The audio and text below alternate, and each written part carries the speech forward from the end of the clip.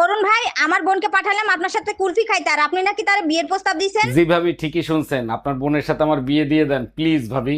আমার বোন তো কালো, ওর মধ্যে কি এমন দেখলেন যে বিয়ে করার জন্য পাগল হয়ে গেলেন? কালকে ও যেভাবে কুলফি চুষে খাইছে আমার দুইটা মাথাই নষ্ট হয়ে গেছে।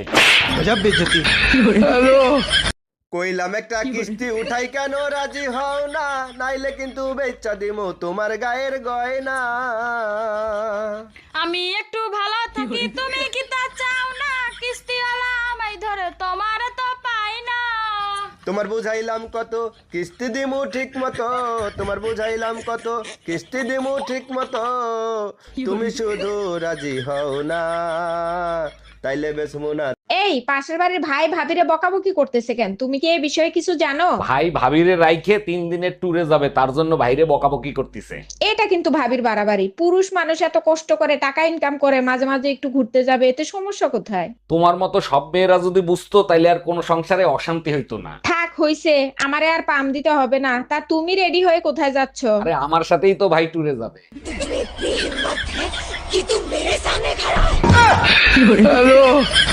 10টা মায়া দেখছি আগে, তোরে দেখছি পরে, ঘটক কইল মেয়ে ভদ্র ফাঁস দিয়ারে পরে। তুমি এত মিছা কথা কইছো মায়ের কাছে, বাড়ি নাকি বিল্ডিং ঘর মাঠে জমিন আছে। একটু লোভ যদি না দেখাই গিয়া তোরে কি আর দিব বিয়া, একটু লোভ যদি না দেখাই গিয়া তোরে কি আর দিব বিয়া, বড় ভুল কইরাছি আমি খাল কাটিয়া কুমিরাই নাচি।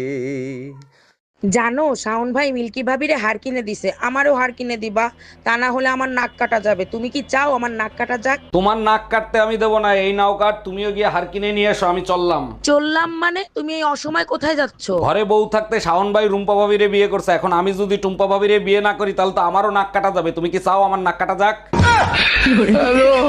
যেদিন তোমায় দেখতে গেছি ভালো মানুষ সাজ্জা, বিয়া বইয়া প্রতিটা দিন করো শুধু কাজ্জা। কাজ্জা কি করো না তুমি? আমি একাই করি। কদিন ধরে গালে ব্যথায় আনতে কইছি বড়ি। তোমায় বড়ি আইনা দিলে খায়া ব্যথা সাইরা গেলে, তোমায় বড়ি আইনা দিলে খায়া ব্যথা সাইরা গেলে, চাপার সাথে পারমু না বড়ি আমি আনতে পারমু না, এ ভুল করমু না বড়ি আমি আনতে পারমু না। আমার বউ মনে করে হামাকলে সেই সন্দেহ করে, এই সন্দেহ যান না করে সেই জন্য অন্য কি মুখত দাঁড়িয়ে থনো 5 ওয়াক্ত নামাজ পড়া শুরু করনো, প্রতিদিন কোরআন শরীফ পড়ি, গরিব মানুষকে দান করি, যত খারাপ কাম আছে সব বাদ দিছি। তারপরেও আমার বউ তার বান্ধবী ফোন করে কি করছে জানিস? কি করছে রে? করছে আমার স্বামীটা এই দুনিয়ার বেটি চুলের পিছে ঘোরা বাদ দিয়ে এখন বেহেস্তের হুরের প্রতি নজর দিছে।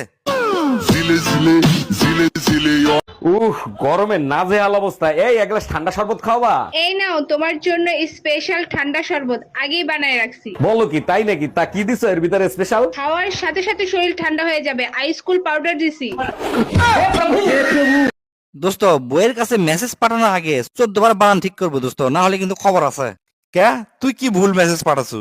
14ই ফেব্রুয়ারি আমি আবেগে আপ্লুত হয়া বইয়ের কাছে একটা মেসেজ পাঠাছি, লেখছি আমার চোখে দেখা সমস্ত নারীদের মধ্যে তুমিই সেরা, হ্যাপি ভ্যালেন্টাইন্স ডে। এটা লেগে অফিস শেষ করে খুশি মনে বাড়ি ঢুকতেই দেখি বউ ঝাঁটালে দাঁড়িয়ে আছে। আমি তো দেখে বেকুব সাজে কেন, বউ কোনো কি হচ্ছে আবার? বউ খেপে আগুন হয়ে করছে বাজারের মধ্যে সিনাল ইডিয়েট লঞ্চেস পতাকা, জীবনে কড্ডি বেড়েছিল তুই চাকে দেখছু রে, আজ তোর 14 গোষ্ঠী আমি উদ্ধার কর্ম। পরে আমি মেসেজ অপশনত যা দেখি চোখে দেখা নারীদের মধ্যে না লেখে আমি লেখছি চেখে দেখা।